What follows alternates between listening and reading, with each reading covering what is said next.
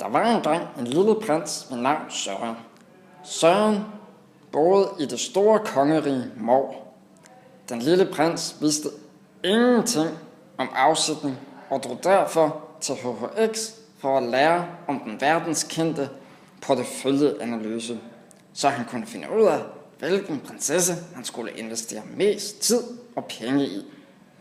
Her mødte han troldkvinden Anne, som kunne lære den lille prins Søren om dette. For at lave en porteføljeanalyse var der 8 punkter, han skulle igennem. Punkt 1. Han skulle bruge en blank Boston-model, hvor der skulle fyldes oplysninger i. Punkt 2. Her skulle han udfylde den gennemsnitlige markedsvækst. Den er ofte oplyst i opgaven, ellers er det gennemsnittet for hvert SBU's markedsvækst, sagde troldkvinden. Punkt 3. Her skulle laves en udregning af den relative markedsandel for hvert SBU. Det blev gjort ved at tage egen markedsandel divideret med største konkurrents markedsandel. Punkt 4.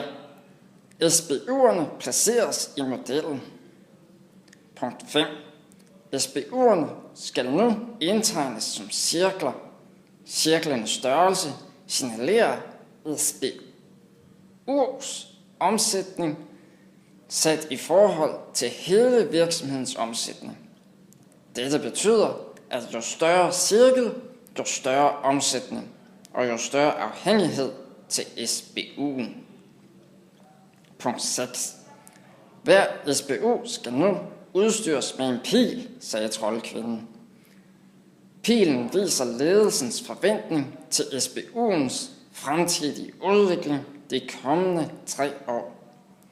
En lodret pil siger noget om markedsvækstens udvikling. Vandret pil siger noget om udvikling i markedsandel. Sammensættes til en pil. Nu kommer det vigtigste punkt i denne analyse, som også er vigtig i alle andre analyser.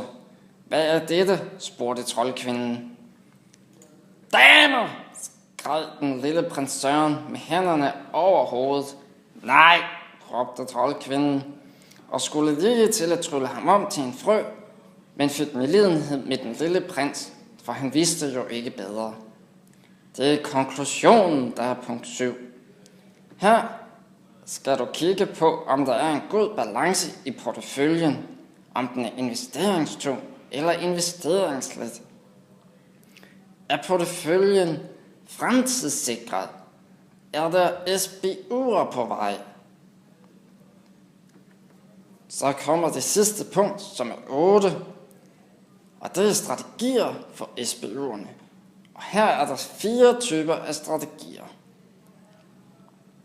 Den ene er investere. Det er det dyreste strategi, man kan bruge. Og her produktudvikles, laves promotion og place udbygges. Det er typisk det, der er et spørgsmålstegn eller stjerner i en Boston-model. Det næste er forsvar. Det er stadigvæk en meget dyr strategi, men ikke lige så dyr. Her produktudvikling, og man laver også på et lidt lavere plus end med den anden. Der laver stadigvæk meget promotion, og det er typisk stjerne og ko i Boston-modellen, som har gode fremtidsudsigter. Den tredje er at høste. Her er der næsten ingen produktudvikling, men der er stadig promotion, og der er mere fokus på pris. Så skal der skabes et stort salg som muligt, med så få omkostninger som muligt.